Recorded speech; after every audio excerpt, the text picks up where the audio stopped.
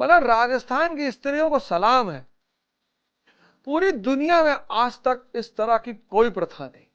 इसीलिए अकबर को यह एहसास हो गया था कि भाई राजपूतों को नहीं हराया जा सकता। जो मरना जान गया, जिसको यह है कि मरेंगे पर समझौता नहीं करेंगे, उसको तुम नहीं हरा सकते। जौहर, कभी तुम पढ़ो हमीर देव और अलाउद्दीन खिलजी का युद्ध, जब अंतिम बार राजपूत निकलते हैं अलाउद्दीन से लड़ने के लिए, तो वहां की औरतें चिता की तरह सवार, वो सती नहीं, अलग प्रथा है। आत्मसम्मान की रक्षा हेतु दिया गया प्राणों का बलिदान, आत्महत्या नहीं। जौहर मतलब आत्मसम्मान की रक्षा हेतु दिया गया प्राणों का बलिदान, वो जौहर है। और दुनिया में इस तरह की प्रथा का कहीं कोई उल्लेख नहीं। इसीलिए उन बहादुर स्त्रियों से बहादुर पुरुषों का जन्म होता था। प्राण जाए पर वचन न जाए। जय हिंद फ्रेंड्स। तो आज कहानी का अगला चरण विलियम बेंटिक।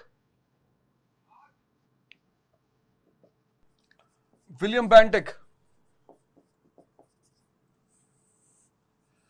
1828 से 1835। अब एक फॉर्मूला तो मैंने दिया, P is equal to P, policy depends upon priority. नीति जो है वो प्राथमिकता पर निर्भर होनी चाहिए। और दूसरा फॉर्मूला है C is equal to C, conquest is equal to consolidation.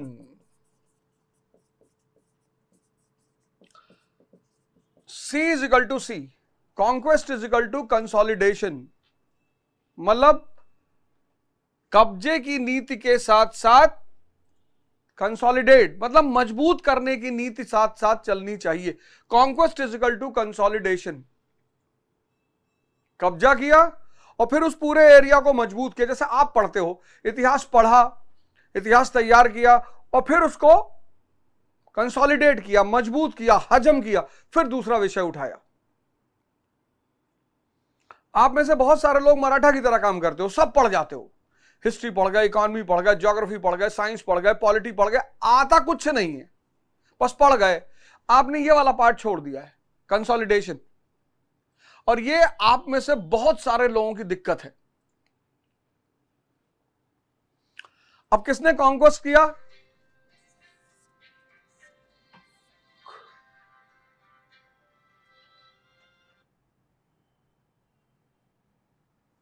Wellesley और लॉर्ड हेस्टिंग ने, इन लोगों ने कॉन्क्वेस्ट किया। कंसोलिडेट किसने किया? विलियम बेंटिक ने।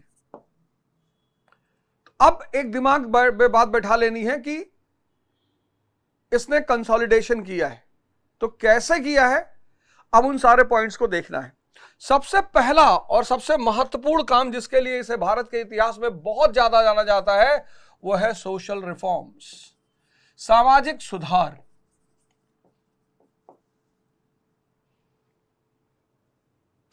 जिस चीज के लिए इसे भारत के इतिहास में सबसे ज्यादा जाना जाता है वो है सामाजिक सुधार, सोशल रिफॉर्म्स। क्वेश्चन मार्क कि आखिर इसको सामाजिक सुधार की याद विदेशी शासक, वो भी ईसाई,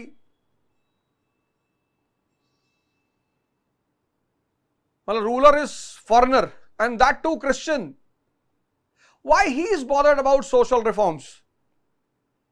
और सोशल रिफॉर्म्स में इसने 4 काम किए।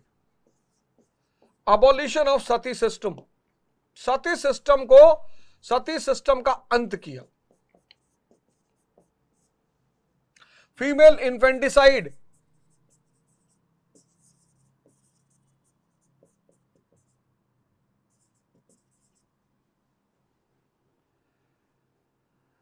ठगी, 3 प्रमुख काम।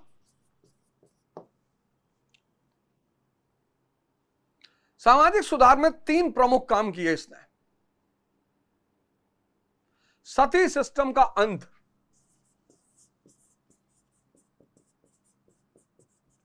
Abolition of sati system, regulation 17 1829, regulation 17 1829। सती जो है, सती वो भारतीय संस्कृति का एक अहम हिस्सा है। प्राचीन भारत जब डिस्कस करेंगे, तंत्रवाद, जब धर्म की चर्चा करेंगे तो वहां डिस्कस करेंगे कि सती, सती व्यवस्था नहीं, सती प्रथा नहीं। सती प्रथा दो बातें हैं, इस पर भटकने वाली बात नहीं है। सती और सती प्रथा ये दोनों अलग अलग चीजें हैं। सती प्रथा, प्रथा सिस्टम, जब भी कोई चीज कानूनी तौर पर समाज में मान्यता प्राप्त कर लेती है तो प्रथा बन जाती है। Whenever anything gets a legal acceptance in the society, it becomes a system. सती प्रथा ये आदिकाल से भारत की संस्कृति का हिस्सा, आदिकाल से भारत की संस्कृति का हिस्सा, संस्कृति का हिस्सा। और ये 510 एडी गुप्त काल से प्रथा की शुरुआत। इसका संबंध विवाह से है और अध्यात्म से है। इसका संबंध विवाह और अध्यात्म, मैरिज और स्पिरिचुअलिज्म। पार्वती मां को पहला सती माना जाता है। भारत में जो विवाह है वो एक धार्मिक क्रिया है और 7 जन्म की बात होती है कि यही जोड़ा मेरा 7 जन्म तक रहेगा। और इतनी प्यारी क्रिया है कि 7 जन्म वो व्यक्ति एक दूसरे से मिलेंगे, उनका विवाह होगा। बड़ी गूढ़ प्रक्रिया है ये 7 चक्रों से संबंधित है। विवाह का 2 काम है, एक सृजन, दूसरा मुक्ति। उसी पर आचार्य रजनीश ने वो किताब लिखी, संभोग से समाधि। कहते हैं ना, अध्यात्म का जो बीज है वो मिटता नहीं है। तो यहां विवाह की विवाह के 2 चीजें हैं। आज तो विवाह सिर्फ और सिर्फ काम पर रह गया, सेक्स। देखो व्यवस्था चरमरा गई, खत्म हो रही है, टूट रही है, भस्म हो रही है।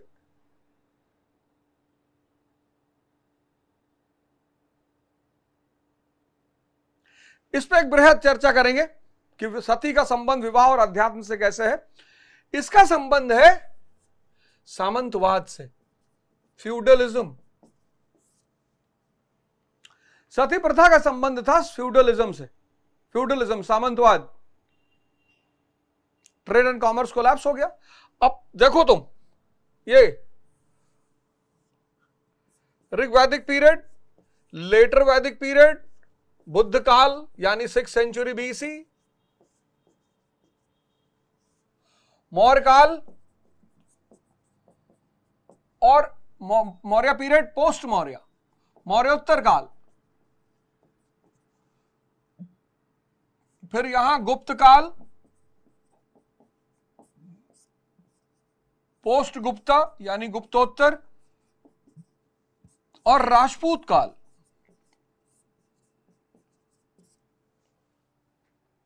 अब यहां तुमको सती प्रथा नहीं दिखाई पड़ेगी, नो सती सिस्टम। क्यों?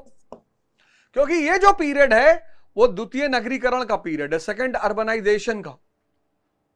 टेक्सटाइल जो है वो मोनोपोली है वुमन की। तो यहां औरत की आर्थिक स्थिति मजबूत है, इसलिए सामाजिक स्थिति अच्छी है। देखो क्या लाइन मैंने बोला, मैंने कहा औरत की सामाजिक स्थिति, आर्थिक स्थिति मजबूत है तो उसकी सामाजिक स्थिति अच्छी है, मजबूत नहीं कहा मैंने। लेकिन यहां फ्यूडलिज्म, द्वितीय नगरीकरण का अंत, स्त्री की आर्थिक दशा स्थिति का अंत। जो जैसे ही आर्थिक स्थिति खराब हुई वैसे ही सामाजिक स्थिति भी खराब हुई। एक तो बाल विवाह हो गया, यहां पे सबसे खतरनाक चीज बाल विवाह, वो भी सामंतों की वजह से। तो एक तो बाल विवाह हो गया, फिर विधवाओं की दुर्दशा, विधवाओं की दुर्दशा, और फिर संपत्ति में कोई अधिकार नहीं, ना पति के संपत्ति में, ना पत्नी, ना पिता के संपत्ति में।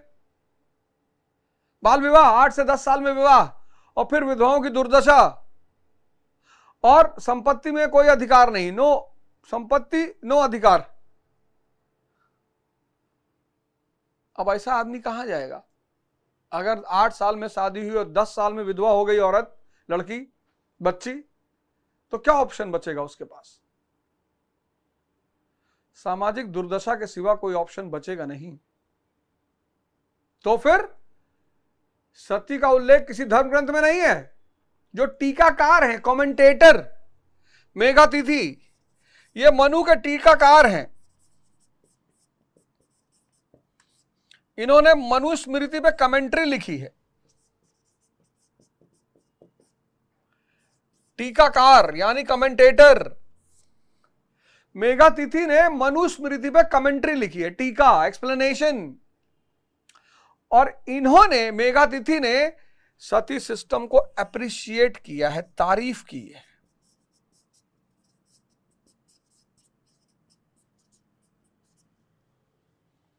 एक्सेप्ट नहीं किया है, तारीफ की है, तारीफ। और 510 एडी से लेकर 510 एडी से लेकर 1829 तक यह प्रथा चलती रही।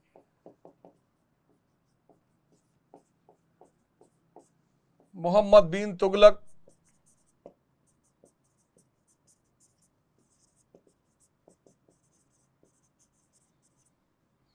अकबर, पुर्तगाली, मराठा, इन लोगों ने या तो बैन लगाने की कोशिश की या खत्म करने की कोशिश की, लेकिन बहुत ज्यादा प्रभावी नहीं हो पाए। बेंटिक ने कानून बना दिया, जैसे अस्पृश्यता है, आर्टिकल 17, कानून जैसे अस्पृश्यता का कानून बना है, जैसे इंस्टेंट ट्रिपल तलाक का कानून बना है, ऐसे ही विलियम बेंटिक ने सती प्रथा को गैर कानूनी घोषित कर दिया। और यह एक बहुत बड़ा योगदान था उसका, बहुत बड़ा, बहुत बड़ा योगदान। भारत की स्त्रियों पर बड़ा एहसान किया उसने और बहुत बड़ा योगदान दिया। राजा राम मोहन रॉय और देवेंद्र नाथ टैगोर ने व्यक्तिगत पत्र लिखकर विलियम बेंटिक को बधाई दी। लिख लो दोनों फैक्ट। राजा राम मोहन रॉय, राजा राम मोहन रॉय और देवेंद्र नाथ टैगोर, देवेंद्र नाथ टैगोर, इन्होंने पत्र लिखकर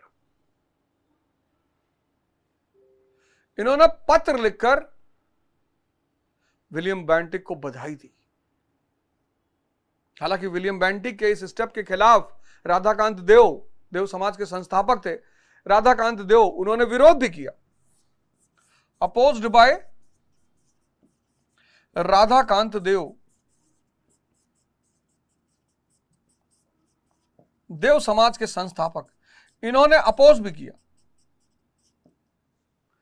कभी कभी साधु महात्मा चीजों को नहीं जान पाते हैं। सूफी संत साधु महात्मा संप्रदाय का विरोध कर सकते हैं, क्योंकि संप्रदाय आमतौर पर सिर्फ सिद्धांतों पर आधारित होते हैं। धर्म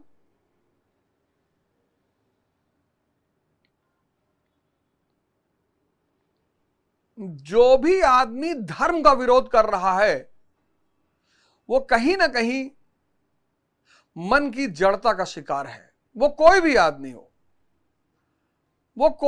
हो, और किसी भी धर्म का शिकायत कर रहा है, किसी भी धर्म की, क्योंकि धर्म में कोई बुराई नहीं है।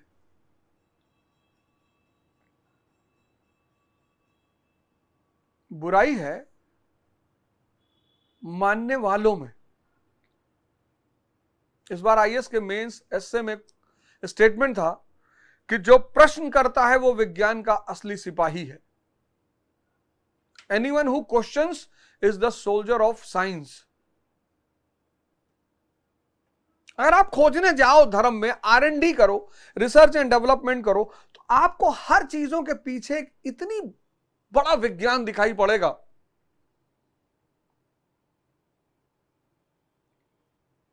धर्म ने जितनी भी चीजें इजाद की, हर चीज के पीछे एक विज्ञान है, बस आपको उसे जानना पड़ेगा।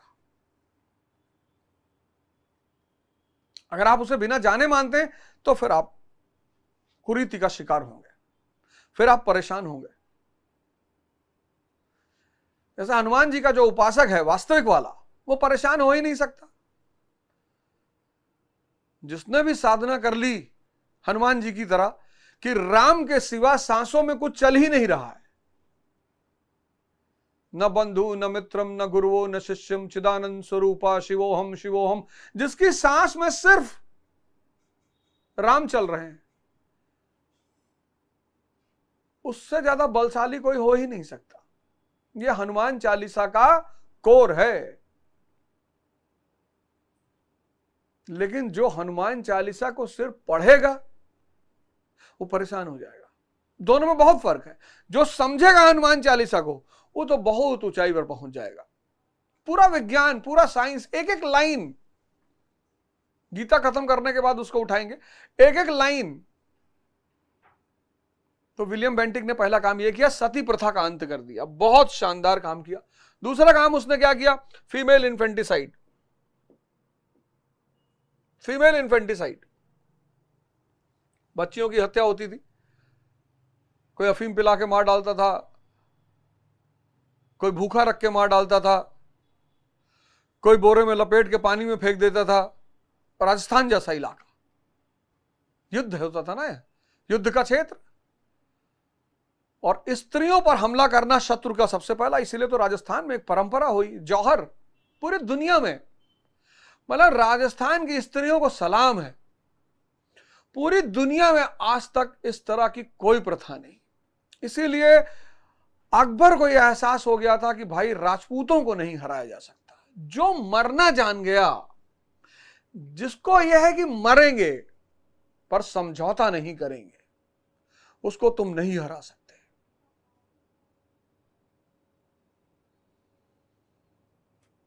जौहर, कभी तुम पढ़ो हमीर देव और अलाउद्दीन खिलजी का युद्ध। जब अंतिम बार राजपूत निकलते हैं अलाउद्दीन से लड़ने के लिए, तो वहां की औरतें चिता की तरह समाज, वो सती नहीं, अलग प्रथा है। वो आत्मसम्मान की रक्षा हेतु दिया गया प्राणों का बलिदान, आत्महत्या नहीं। जौहर मतलब आत्मसम्मान की रक्षा हेतु दिया गया प्राणों का बलिदान, वो जौहर है। और दुनिया में इस तरह की प्रथा का कहीं कोई उल्लेख नहीं। इसीलिए उन बहादुर स्त्रियों से बहादुर पुरुषों का जन्म होता था। प्राण जाए पर वचन न जाए। तो अपनी, और फिर डाउरी प्रथा, दहेज प्रथा, सबसे ज्यादा जान तो दहेज प्रथा ले रही थी। बेटी का जन्म यानी बाप के ऊपर भार, तो बाद में वो भार मौत बन जाए इसलिए पहले ही मार दो। तो फीमेल इन्फेंटिसाइड पर उसने लगाम लगाई। ठगी यानी चीट, और ठगी हमेशा उसके साथ होती है जो लालची है। ठगी का एक नियम है, ठगी सबके साथ नहीं होती। आप जमताड़ा मूवी देखो, और देखना चाहिए आपको जमताड़ा मूवी। उसके टैगलाइन बड़ी प्यारी है कि सबका नंबर आएगा। उसमें वही शिकार होता है, चाहे नेताजी शिकार हो रहे हैं, चाहे वो टीचर जो शुरू में पढ़ा रहा है, अब पछताए का हो जब चिड़िया चुग गई खेत। आप उसमें अगर एक चीज गौर करो, जितने भी लालची लोग हैं बस वही ठगों का शिकार हुए हैं। वो जो दिल्ली पुलिस का कांस्टेबल है, उसको नहीं चाहिए, वकील साहब शिकार हो जाते हैं। वो टीचर, शुरू ही सीन यहां से होती है, अब पछताए का हो जो चिड़िया चुग गई खेत। कहता आपकी मारुति इनाम में निकली है, कितना इनाम लोगे? एक्चुअली इस देश को वरदान सिंड्रोम का ग्रसित है वो, उसको लगता है कोई ना कोई कहीं ना कहीं वरदान देने बैठा हुआ है और टीचर क्लास में पढ़ा रहा है, अब पछताए का हो जब चिड़िया चुग गई खेत, और कह रहा है अगर लाल कलर की मारुति मिलेगी तो बड़ा अच्छा रहेगा। उस मूवी का पूरा सार यही है कि जो भी लालची है वो ठगों का शिकार है। तो ये एक व्यवसाय था ठगी, आज भी है। बहुत सारा वर्ग है जो इसको एक व्यवसाय के रूप में करता है। इनका नाम था फांसीगार, वैसे इंग्लिश में पंसीगार कहते हैं उसे, PANSI, पंसीगार, लेकिन फांसी वो स्कार्फ बांध के मार डालते थे अपने विक्टिम को। तो ये सोशल रिफॉर्म में उसने महत्वपूर्ण काम किए, सती प्रथा का अंत किया, फीमेल इन्फेंटिसाइड पे लगाम लगाई और ठगी। अब सवाल उठा क्यों?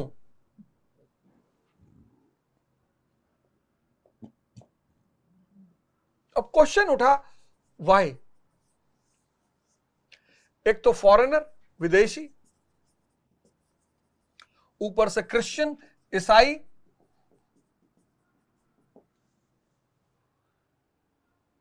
तो सवाल उठना तो जायज है कि तुम काहे इतना लोड ले रहे हो भाई, तुमको क्या चिंता है, तुम क्यों इतना परेशान हो रहे हो?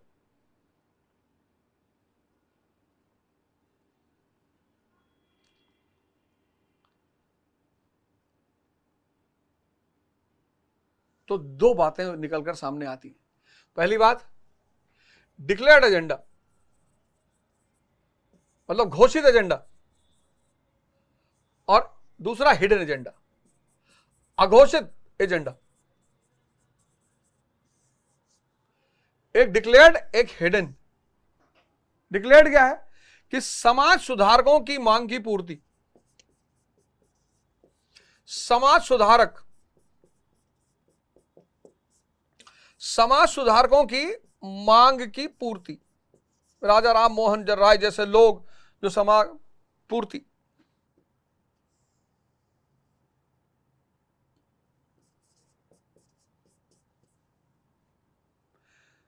राजा राम मोहन रॉय जैसे लोग, ईश्वरचंद विद्यासागर, राजा राम मोहन रॉय, देवेंद्र नाथ टैगोर, इन जैसे लोगों ने इस सामाजिक कुरीति को खत्म करने की सरकार से मांग की थी, डाटा दिया था, अपील दिया था। राजा राम मोहन रॉय ने सारे धर्म ग्रंथों का विवरण दिया विलियम बेंटिको की सरकार हमारे किसी धर्म ग्रंथ में इसकी मान्यता नहीं है। बोला सरकार हमारे किसी धर्म ग्रंथ में इसकी मान्यता नहीं है। तो चूंकि आंतरिक मांग समाज सुधारक मांग कर रहे थे तो सरकार ने उस मांग को पूरा किया। लेकिन हिडन एजेंडा भी कम महत्वपूर्ण नहीं है। 1813 का चार्टर एक्ट, 1813 चार्टर एक्ट,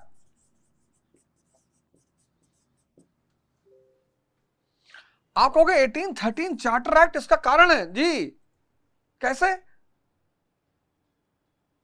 कैसे इसका कारक है? 1813 का चार्टर एक्ट इसका कारक कैसे हो सकता है? सब राज इसी में छिपा हुआ है।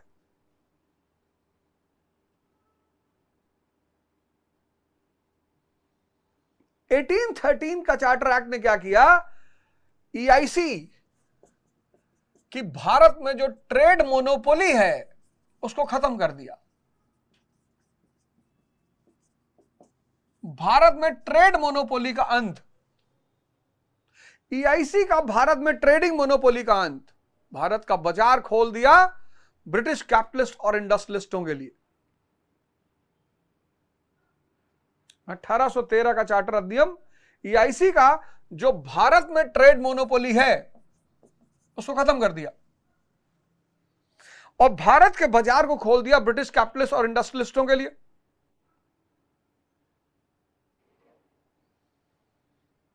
तो जब वो भारत की संस्कृति और समाज की कुरीतियों को एक्सपोज करेगा, दिखाएगा,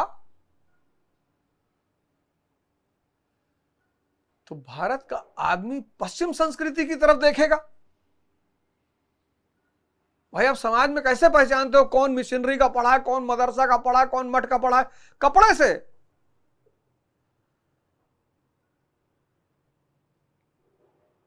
आप समाज में इस बात को कैसे पहचानते हो कि कौन किस गैंग से आ रहा है, किस ग्रुप से आ रहा है?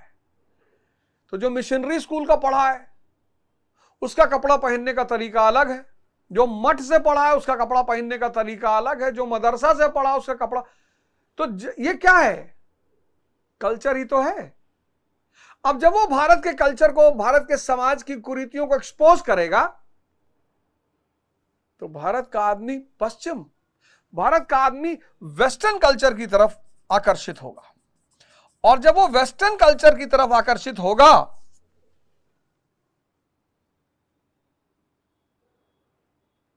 तो वेस्टर्न गुड्स की तरफ भी आकर्षित होगा। सिर्फ वेस्टर्न कल्चर की तरफ आकर्षित नहीं होगा, वो वेस्टर्न गुड्स की तरफ भी आकर्षित होगा।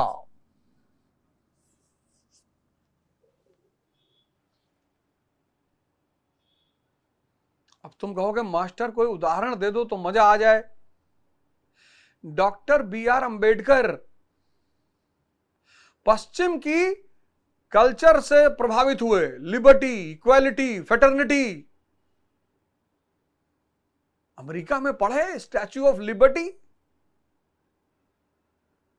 तो पश्चिम की संस्कृति से प्रभावित हुए, लिबर्टी से, इक्वालिटी से, फेटर्निटी से। और जिस दिन प्रभावित हुए उसके बाद सूट नहीं उतारा। आज भी पूरे भारत में उनकी जहां भी मूर्ति देखोगे सूट में ही देखोगे। तो जो भी व्यक्ति किसी विचारधारा से प्रभावित होगा तो उस विचारधारा के उत्पादों का भी समर्थन करेगा। लिख लो एग्जाम्पल, डॉक्टर B.R. अंबेडकर। 1813 का चार्टर अधिनियम, भारत का बाजार ब्रिटिश पूंजीपति और उद्योगपतियों के लिए खुल गया। अब भारत में ब्रिटिश उत्पाद, ब्रिटिश गुड्स आएंगे, खरीदेगा कौन? जो वेस्टर्न कल्चर से, वेस्टर्न फिलॉसफी से, वेस्टर्न आइडियोलॉजी से प्रभावित होगा, वो खरीदेगा। देखो दिमाग, दुनिया को क्या लगेगा कि ये भारत के समाज सुधारकों की बात की पूर्ति कर रहा है। यही है राजशाही। इसी नियम को जब तुम समझने लगते हो कि करना कुछ और है, दिखाना कुछ और है, बस तुम आ गए राजशाही की दौड़ में। तुम कहते हो हम झूठ नहीं बोलते, हम ये नहीं करते, हम भाई साहब जो कहते हैं बस वही करते हैं, तो तुम इस दौड़ से बाहर हो।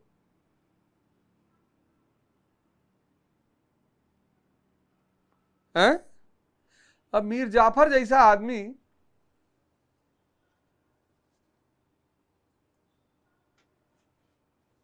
पहला काम सोशल रिफॉर्म किया उसने।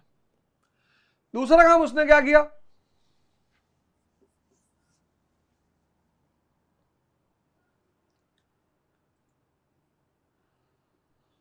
दूसरा काम उसने किया फाइनेंशियल रिफॉर्म्स। दो कमेटियां बनाई, 2 कमेटीज, एक मिलिट्री और एक सिविल।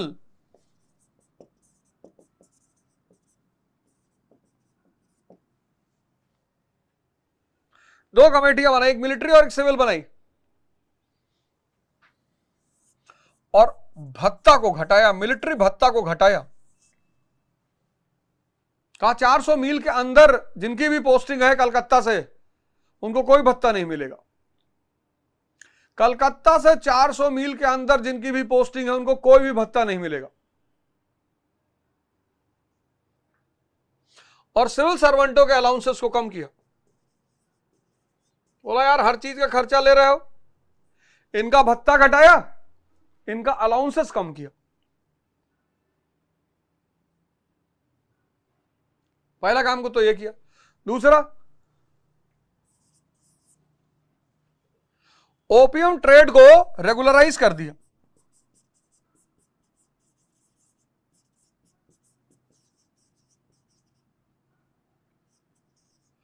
ओपियम ट्रेड को रेगुलराइज कर दिया।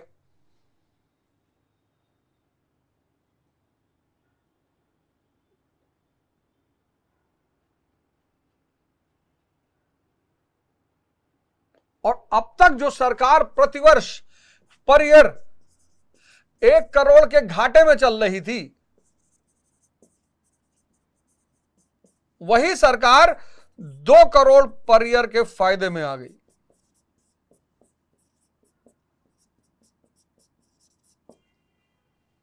इसके आने से पहले सरकार 1 करोड़ पर ईयर के घाटे में चल रही थी, और जैसे ये पहुंचा, सरकार 2 करोड़ पर ईयर के फायदे में आ गई।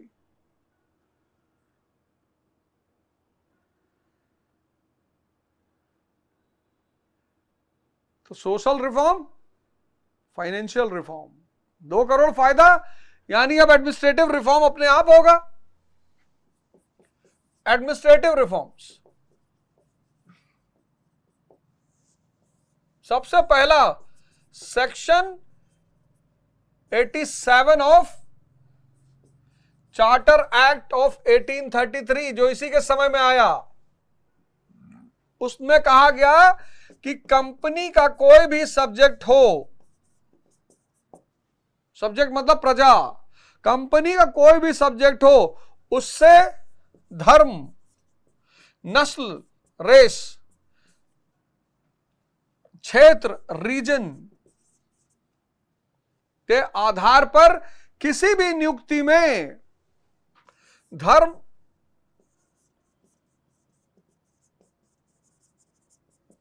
डिस्क्रिमिनेशन, भेदभाव नहीं किया जाएगा। कंपनी के जो इंडियन सब्जेक्ट है, इंडियन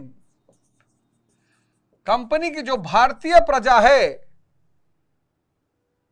कंपनी की जो भारतीय प्रजा है, भारतीय, उस भारतीय प्रजा में किसी भी आधार पर धर्म, रिलीजन, रेस और रीजन के आधार पर डिस्क्रिमिनेशन नहीं किया जाएगा। हालांकि यह कानून ही रहा, लेकिन अच्छा कानून आया।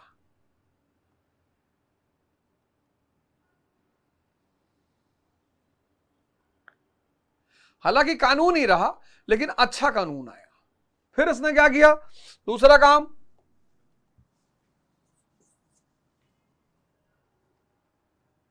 जो डिस्ट्रिक्ट के सहायक पद थे, जैसे मुंसिफ, डिस्ट्रिक्ट, जो जिलों में सहायक पद, सबऑर्डिनेट पोस्ट, जैसे मुंसिफ, जुडिशरी में मुंसिफ, उसमें इंडियंस की नियुक्ति की।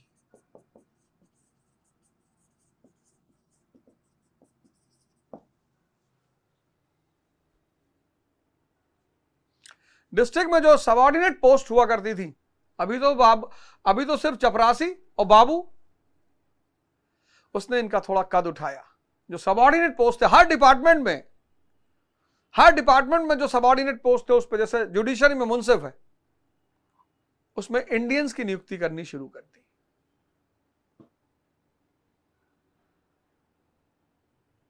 प्रोविंशियल और सर्किट कोर्टों को खत्म कर दिया। कहा जुडिशरी पे बोझ है ये।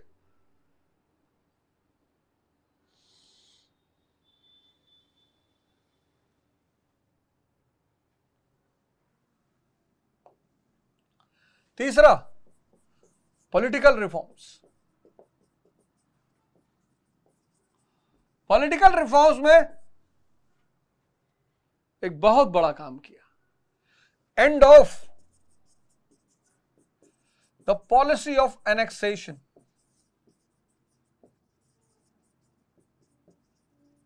And of the policy of annexation for Indian states. भारतीय राजा, end of the policy of annexation for Indian states, भारतीय राज्यों पर कब्जे की नीति का अंत। अब कोई फायदा भी नहीं था, सबने वैसे ही सब्सिडियरी अलायंस साइन कर लिया था, सब वैसे ही गुलाम बन चुके थे। अब क्या फायदा? अब कोई फायदा भी नहीं था, सब वैसे ही गुलाम बन चुके थे।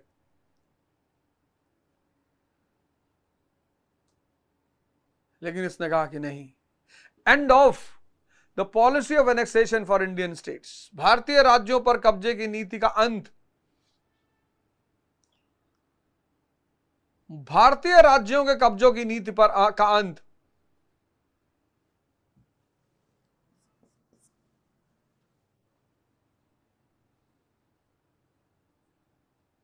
एक्सेप्शन,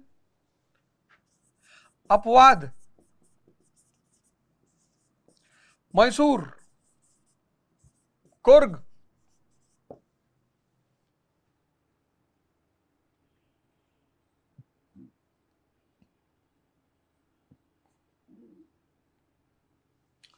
चौथा स्टेप था।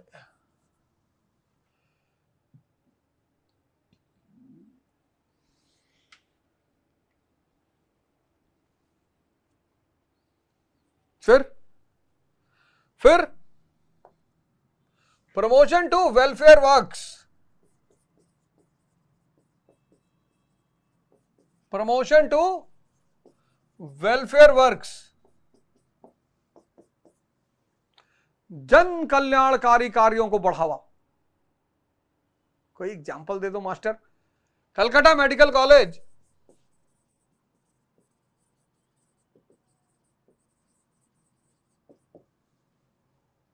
खैर इसकी जरूरत बहुत थी। अब बहुत सारे अंग्रेज भारत में रहते थे, जब तक लंदन इलाज कराने जाएंगे तब तक प्राण पखेरु उड़ जाएंगे, लेकिन ये वो थोड़ी कहेगा, वो ये क्यों कहेगा कि अंग्रेजों के लिए है, विदेशियों के लिए, बाहरियों के लिए।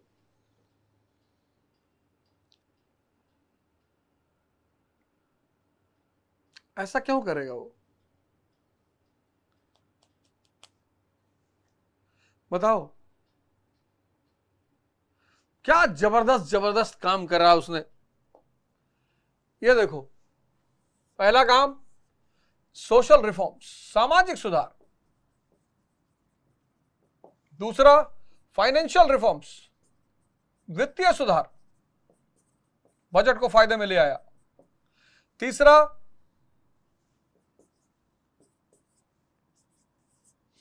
Administrative reforms, section 87 of charter act of 1833। चौथा पॉलिटिकल रिफॉर्म। पांचवा वेलफेयर प्रोग्राम।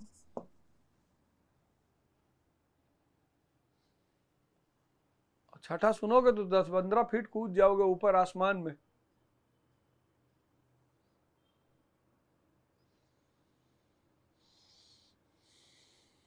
छठा सुनोगे 10-15 फीट आसमान में कूद जाओगे।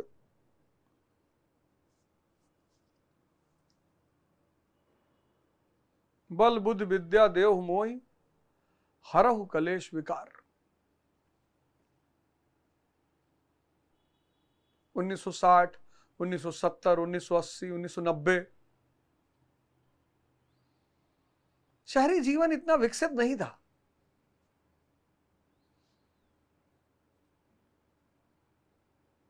उन्नीस सौ 1960 में तो बिल्कुल नहीं था। 1960, 1970, 1980, 1990 तुमने कभी सोचा नहीं कि गांव का आदमी मुंबई पहुंचा अरबपति, गांव का आदमी कलकत्ता पहुंचा अरबपति, गांव का आदमी दिल्ली पहुंचा अरबपति। तुमने ये बात कभी सोची नहीं? क्यों? क्योंकि गांव का आदमी संघर्ष करके, ग्रामीण जीवन संघर्ष का जीवन है। अब तो वहां भी संघर्ष खत्म हो गया, सब मशीनें आ गई। अक्सर तुमने देखा होगा कि गांव का जो आदमी था 1960, 1970, 1980, 1990, इस दरमियान जो गांव का आदमी था, जब वो शहर पहुंचा तो बहुसंख्यक मेजॉरिटी, कई तो अरबपति हो गए, क्योंकि गांव का जीवन संघर्ष का जीवन ही था।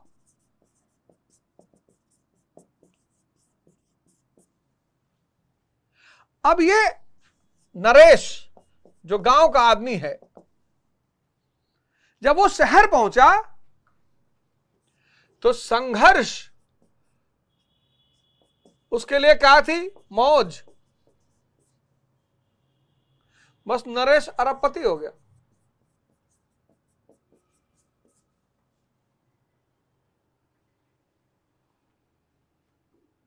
आज का जो आदमी है ना, वो लग्जरी में इतना डूब गया कि वो संघर्ष को चाहता ही नहीं जीवन में, और हर तरह से कमजोर होता जा रहा है, मन से कमजोर होता जा रहा। अभी देखो अमेठी में जो कांड हुआ, कितना विभत्स, छोटी छोटी बच्चियां, यह मानसिक विकृति का ही तो परिणाम है। तुम सबसे मेरा एक रिक्वेस्ट है, हाथ जोड़कर, संघर्ष को अपनी जीवन को मौज बना लो।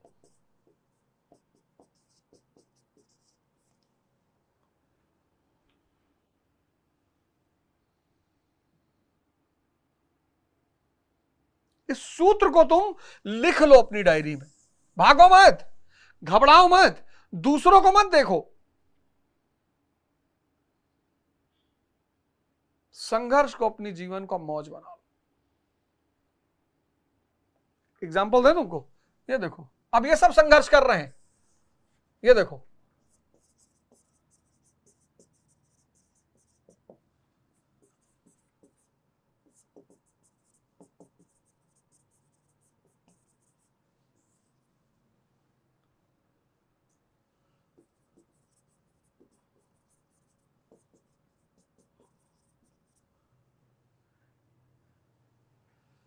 अब ये सब कर रहे हैं।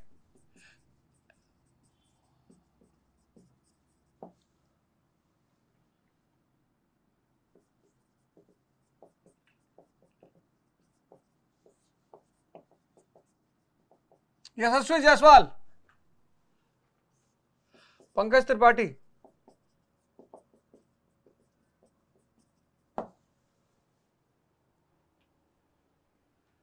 देख लो संघर्ष का महत्व देखो। राहुल गांधी, नरेंद्र मोदी, अर्जुन तेंदुलकर, रिंकू सिंह, यशस्वी जायसवाल, अभिषेक बच्चन, पंकज त्रिपाठी, नवाजुद्दीन सिद्दीकी। नवाजुद्दीन सिद्दीकी, नवाजुद्दीन सिद्दीकी की जब मुझे सीन याद आती है, वो सरफरोश, एक शायद 30-40 या 1 मिनट की सीन रही होगी, उस आदमी ने इतना इंपैक्ट डाला। मुन्ना भाई एमबीबीएस, वो जो पॉकेट मारी की सीन है, 1 आध मिनट की सीन रही होगी, उस 1 मिनट की सीन में उसने अपनी प्रतिभा को प्रकट कर दिया। और गैंग्स ऑफ वासेपुर में तो खैर उसके बाद तो फिर नेवर लुकिंग बैक।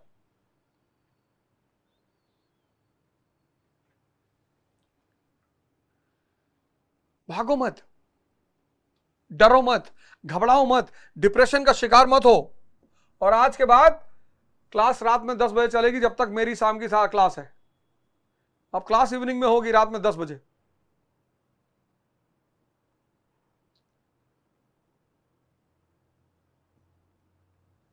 देखो कितना शानदार काम क्या है इसका, टारगेट क्या है, कंसोलिडेशन, सोशल रिफॉर्म्स।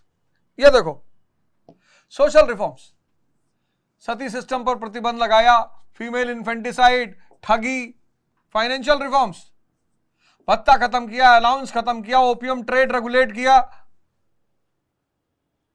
सती खत्म किया, फीमेल इन्फेंटिसाइड पे लगाम लगाया, ठगी खत्म किया, फाइनेंशियल रिफॉर्म्स, भत्ता खत्म किया, अलाउंसेस खत्म किया, ओपियम ट्रेड को रेगुलेट किया, एडमिनिस्ट्रेटिव रिफॉर्म्स, सेक्शन 87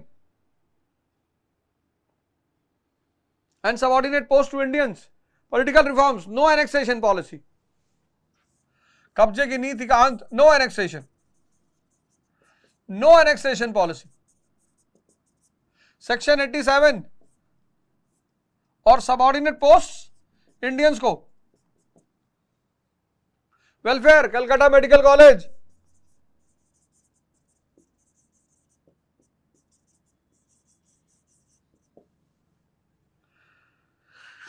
अब ये सब बात जनता तक जानी भी तो चाहिए।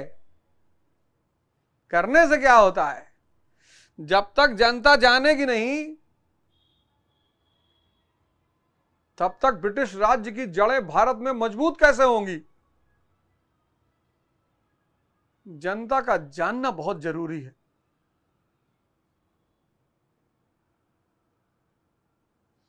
तो छठा काम जो इसने किया, ओहो शानदार, अब तुमसे मेंस में क्वेश्चन पूछा जाएगा, देखो अगले 2-4 दिन में मार्केट में बुकलेट पहुंच जाएगी प्री कम मेंस की, और मेरे साथ कर डालो, ये सीरीज मेरे साथ कर डालो, साल भर में तुम्हारा सिलेक्शन होगा। यहीं से पढ़ा के तुम्हारा सिलेक्शन कराएंगे यूट्यूब से। इसमें कौन सा तुम पैसा दे रहे हो, नहीं पढ़ने मन नहीं अच्छा लगा मत पढ़ना, यहां कौन सा तुम्हारा पैसा डूबा जा रहा है। लेकिन अगले 4-5 दिन में तुम्हें एक बुकलेट मिलेगी, बाजार में भी ऑनलाइन भी मिलेगी, प्री कम मेंस की पहला पार्ट।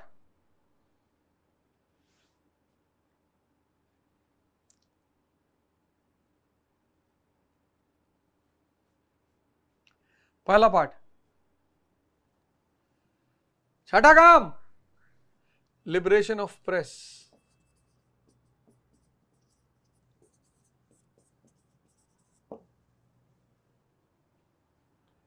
इसने कहा press is safety valve, liberation of press. तुम कहोगे गुरुजी 90% लोग अशिक्षित थे, बिल्कुल 90% लोग गरीब थे, कौन खरीदेगा अखबार।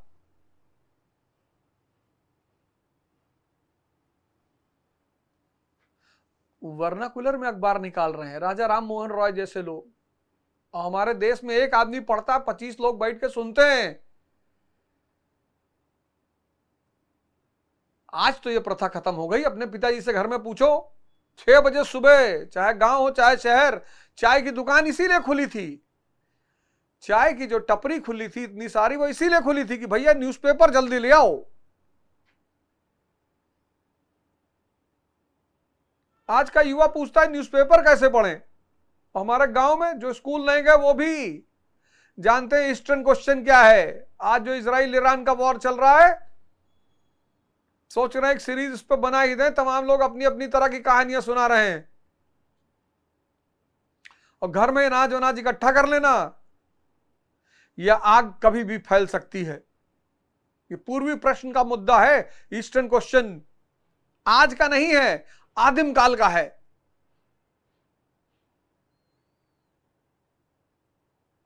ये इजराइल ईरान से नहीं लड़ रहा है, ये कोई और लड़ रहा है।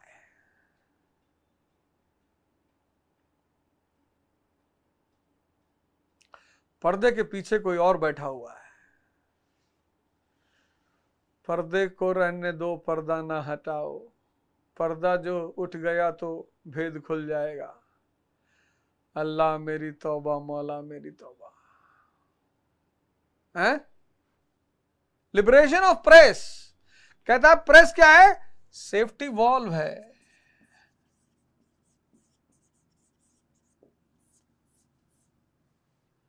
अब इतना काम किया है तो जनता को जानना तो चाहिए कि ना जाने जनता, एकदम जाने। विलियम बेंटिक क्या किया उसने, कंसोलिडेट किया। अब इतना सारा काम उसने किया,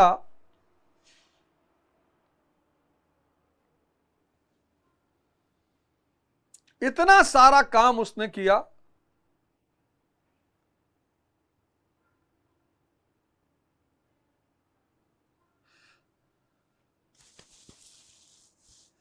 आगे चलो आगे बढ़ते हैं।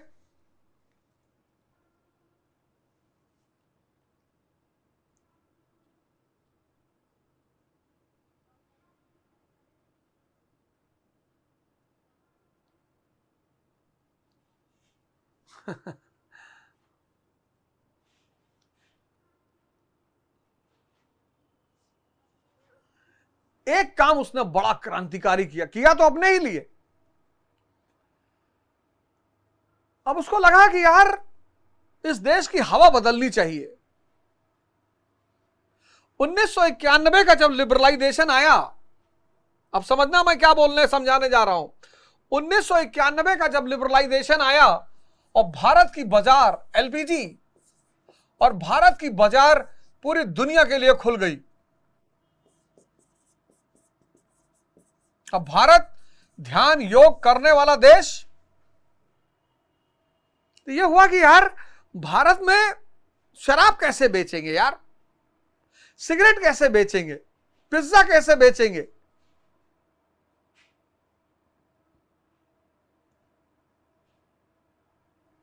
फटी हुई जीन्स कैसे बेचेंगे, ये सब कैसे बेचेंगे, कैसे बताएंगे कि सिगरेट पीने का महत्व क्या है? अरे बोले बता रहे हैं ना, हम बता रहे हैं कैसे। दो चीजें 1991 में बदल गई, एक बॉलीवुड बदल गया और एक भारत के एजुकेशन सिस्टम में प्राइवेट स्कूल्स और सब इंग्लिश मीडियम और मिशनरी ज्यादातर। बॉलीवुड, वो बॉलीवुड जो 2 बीघा जमीन जैसी मूवी बना रहा था, श्री 420 जैसी मूवी बना रहा था, प्रेम रोग जैसी मूवी बना रहा था, वो बॉलीवुड तुरंत बदल जाता है। अब मूवी बना रहा है जिस्म, अब ये मूवी बना रहा है जिस्म। इस मूवियों में अगर तुम बॉलीवुड की मूवियों में देखोगे तो जब भी कोई बड़ी बात होगी, कोई इंस्पेक्टर, कोई अगर गहरी बात कोई कह रहा है, कोई अपराधी है, कोई इंस्पेक्टर है, वो सिगरेट तुरंत लगाएगा।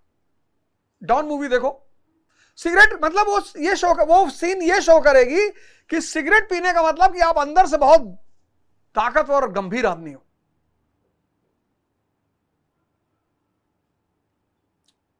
सिगरेट, शराब,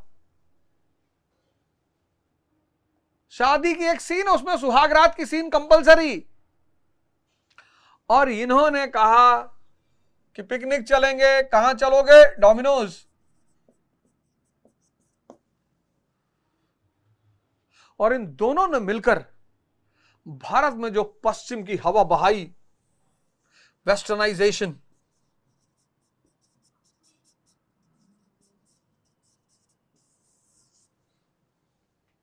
मॉडर्नाइजेशन, मॉडर्न मतलब मॉडर्न आदमी, मॉडर्न खाने पीने से, वेस्टर्नाइजेशन, इन दोनों ने मिलकर भारत में एक वेस्टर्नाइजेशन की हवा बढ़ाई। किसने?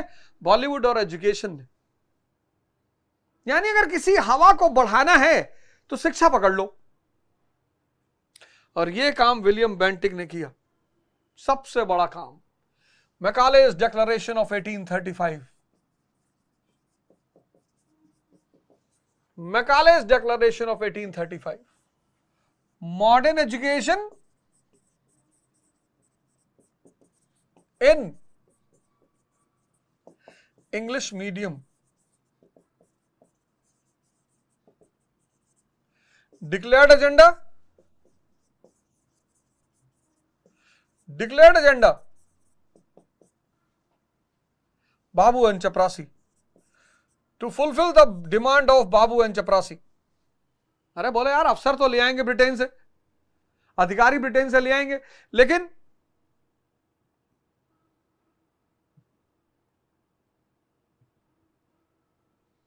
बाबू और चपरासी, हिडन एजेंडा।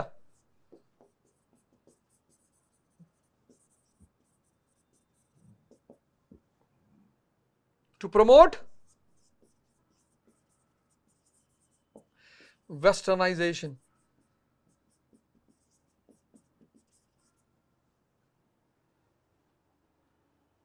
भारत का आदमी वोल्टायर को पढ़ेगा, मॉन्टेस्क्यू को, रूसो को पढ़ेगा, अच्छी बात है, एकदम पढ़े। और जब पश्चिम की उपलब्धियों को पढ़ेगा, रेनेसांस पढ़ेगा, ज्योग्राफिकल डिस्कवरीज पढ़ेगा, एरा ऑफ एनलाइटनमेंट पढ़ेगा,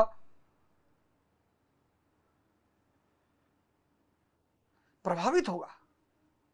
तो जब विचार से प्रभावित होगा तो कल्चर से प्रभावित होगा, और जब विचार और कल्चर दोनों से प्रभावित होगा तो ब्रिटिश गुड्स की मार्केट भारत में बढ़ेगी।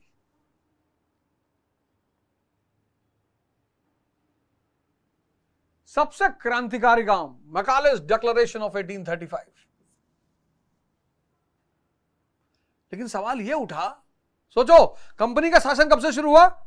1765, 57 मान लो, प्लासी का युद्ध, और 1835 में जाकर उसने शिक्षा पर ध्यान दिया, वो भी जब उसकी जरूरत पड़ी तब। क्योंकि कंपनी वेलफेयर का काम क्यों करेगी? कंपनी को वेलफेयर से क्या लेना देना है यार?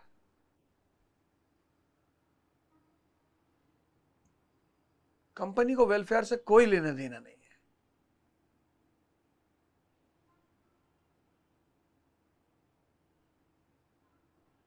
लेकिन भारत में सबसे क्रांतिकारी काम किया तो उन्होंने अपने फायदे के लिए। उनका मानना यह था कि ये अंग्रेजी स्कूल के पढ़े हुए लोग ब्रिटिश साम्राज्य के समर्थक बन जाएंगे। ऐसा नहीं हुआ। इसी चीज ने भारत में एजुकेटेड मिडिल क्लास को प्रमोशन दिया और यही एजुकेटेड मिडिल क्लास आजादी का झंडा लेकर आगे बढ़ा। किया तो इन्होंने अपने फायदे के लिए, फायदा भी हुआ उनको, ऐसा नहीं हुआ नहीं हुआ, लेकिन भारतीयों को भी फायदा हुआ। इस कदम ने भारत में शिक्षित मध्यम वर्ग को बढ़ावा दिया, एजुकेटेड मिडिल क्लास को, और यही educated middle class national movement का झंडा लेकर आगे बढ़ा और भारत की आजादी में इसने अहम भूमिका निभाई। और इसके जाने के बाद एक और क्रांतिकारी आदमी भारत पहुंचा जिसका नाम है डलहौजी। सब पढ़ो,